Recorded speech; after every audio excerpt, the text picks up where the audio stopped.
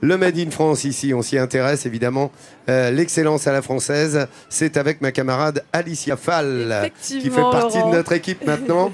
L'atelier à vent. Voilà. Donc moi, on parle d'instruments, évidemment. On parle d'instruments de musique. Tu sais que moi, j'adore la musique et on est nombreux à aimer la musique. Et je me suis dit que c'était la bonne occasion de parler d'artisans qui viennent de Compiègne et qui restaurent les instruments à vent, notamment ce qu'on appelle les aérophones. Ce sont des instruments dont le son est produit grâce aux vibrations d'une colonne d'air qui est provoquée par le souffle d'un instrumentiste. Alors, on est parti dans leur atelier. Ils nous ont accepté, ils ont ouvert leurs portes et ont accepté gentiment de nous montrer leur savoir-faire et la manière, leur méthode pour restaurer ces instruments à vent, parfois des instruments qui datent du XVIIIe siècle. Alors c'est vous dire si ils sont compétents dans leur domaine. Et ce que j'ai trouvé aussi formidable, pour la petite anecdote, ce sont des gens qui sont de ma génération et qui s'intéressent à des instruments à vent et parfois des instruments très anciens. Alors je vous propose à la rencontre de ces deux artisans, on le voit ici sur ces images. Nous avons d'une part Laurent Coffinière qui lui est spécialisé dans le bois et d'autre part Luc Gallois qui lui est spécialisé dans le cuivre. Et ces deux artisans ont décidé d'associer leur savoir-faire et leur spécialité afin de restaurer ensemble ces instruments à vent. Alors sur les images, on les voit dessoudre l'instrument. Parfois, il est chauffé jusqu'à plus de 200 degrés.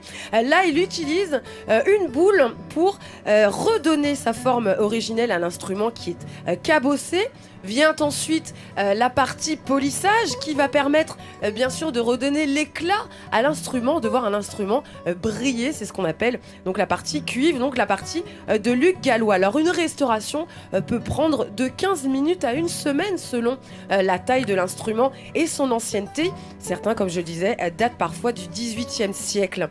Donc j'ai ici sur le plateau, non seulement j'ai les instruments, donc j'en ai un qui n'est pas restauré, un qui est restauré. Donc ici, j'ai une petite trompette.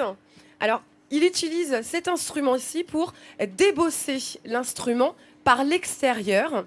Et nous avons aussi ces outils ici que l'on peut voir qui servent à débosser l'instrument, mais de l'intérieur. Alors, je vous montre un petit peu ce que je me suis exercée. Bravo. Alors là, bravo. Magnifique. Allez, si tu peux me faire le lever.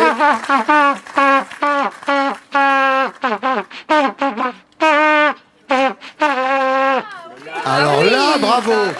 Je peux vous dire, ce matin, elle n'avait jamais touché de trompette de sa vie. Mais attends, c'est vrai. T'as l'oreille musicale, vraiment. Le pire, c'est que j'ai mieux réussi tout à l'heure en répétition. C'est incroyable. Pratique, pour remettre vraiment, je suis assez fière de leur remettre ce talent midi en France. Comme je le répète, j'insiste là-dessus, ce sont des jeunes de ma génération et je suis très fière de leur remettre ce talent midi en France parce qu'ils redonnent vie à des instruments, voilà, qui datent parfois, comme je dis, des instruments anciens qui datent du XVIIIe siècle.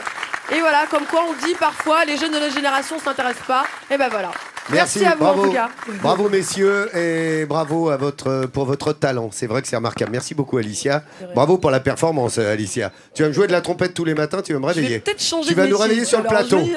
Si tu arrives à faire Oh la belle vie, sans amour, sans souci, sans problème.